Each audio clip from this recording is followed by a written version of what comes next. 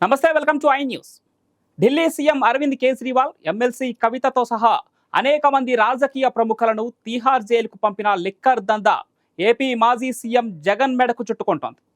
Liquor తయారీదారులు, retail వ్యాపారులతో జగన్కున్న లింకులపై ఏపీలోని చంద్రబాబు ప్రభుత్వం కీలక సాక్ష్యాధారాలను దొరకబట్టినట్లు సమాచారం. ఏపీ సిఐడి ఇప్పటికే లిక్కర్ దందాలో జగన్ పాత్రకు సంబంధించిన సమాచారం అంతా సేకరించి పెట్టింది. ఈడీ, సిబిఐలకు కూడా సమాచారం అందించినట్లు తెలిసింది. దీంతో లిక్కర్ దందాలో జగన్ జైలుకు పోవడం ఖాయమనే వార్తలు వినిపిస్తున్నాయి. ఢిల్లీ లిక్కర్ పాలసీని వ్యాపారులకు అనుకూలంగా తయారు చేశారనే అభియోగాలపై ఇప్పటికే అక్కడి CM Kejriwal, deputy CM Manish సిసోడియాతో పాటు పలువురు ఆప్ నేతలు అరెస్ట్ అయ్యారు. తెలంగాణ ఎమ్మెల్సీ కవిత కూడా ఈ లిక్కర్ దందాలో ఇరుక్కుని జైలు పాలయ్యారు. ఇప్పుడిక జగన్ వంతు వచ్చినట్లు కనిపిస్తోంది.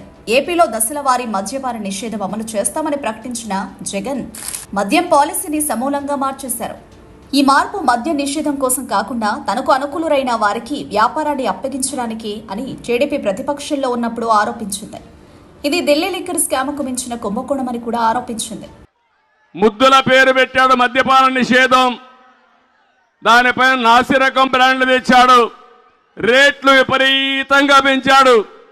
60 రూపాయలు ఎంత తమ్ముళ్ళు ఇప్పుడు?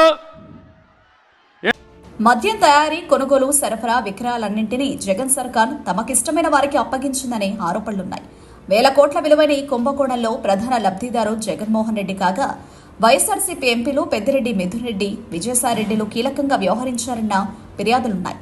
వీరి బినామీలనే పేరున్న కంపెనీలకే 5 ఏళ్లలో దాదాపు 10,000 కోట్ల విలువైన మద్యం సరఫరా ఆర్డర్లు దక్కడం వీటికి బలం చేకూరుస్తుంది. సకల శాఖల మంత్రిగా పేరొందిన వ్యక్తి, సీఎంఓలో అన్ని తానే వ్యవహరించిన ఓ అధికారికి దీనిలో భాగస్వామ్యం ఉందనే చర్చ ఎక్సైజ్ వర్గాల్లో జరుగుతోంది. ఈ కుంభకోణం సూత్రధారి, అంతిమ లబ్ధిదారు, అందులో క్రియాశీలకంగా వ్యవహరించిన నాయకులు, వారి మూలాలు పూర్తిగా బయటకు తీసే పనిలో ఏపీ సిఐడి ఉంది. ఇప్పటికే జగన్ సర్కార్ చేసిన నిర్వాకంపై సిఐడి పలు కీలక ఆధారాలు దొరకబట్టినట్లు చెప్తున్నారు. ఆ సమాచారాన్ని వారు సిబిఐ, ఈడీలకు కూడా అందించినట్లు తెలుస్తోంది. ఏపీ మద్యం షాపుల్లో ఆన్లైన్ పేమెంట్లు కాకుండా నగదు లావాదేవీలే నడిచాయి. మద్యం షాపుల్లో నగదు ఇస్తేనే మందిచ్చేవారు. ఇలా నగదు లావాదేవీల్లో కూడా చాలా వరకు నొక్కేసినట్లు ఫిర్యాదులు వచ్చాయి. అమ్మిన ధరకు ప్రభుత్వానికి చెల్లించే డబ్బులకు మధ్య తేడాను కూడా దర్యాప్తు అధికారులు గుర్తించినట్టు సమాచారం. సమగ్ర సమాచారాన్ని సేకరించి జగన్పై కేసు పెట్టే యోచనలో చంద్రబాబు ప్రభుత్వం ఉందని అమరావతి వర్గాలు చెబుతున్నాయి.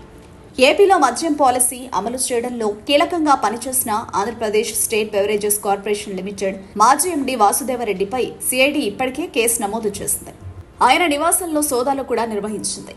ఆయనతో పాటు కుంభకోణంలో కీలకంగా వ్యవహరించిన ఇతర అధికారుల పాత్రపై చర్యలకు రంగం సిద్ధమైంది. సూత్రధారుల్ని, పాత్రధారుల్ని పట్టుకునేలా ఈ కుంభకోణంపై దర్యాప్తు గుట్టు చప్పుడు కాకుండానే ముమ్మరంగా సాగుతుంది.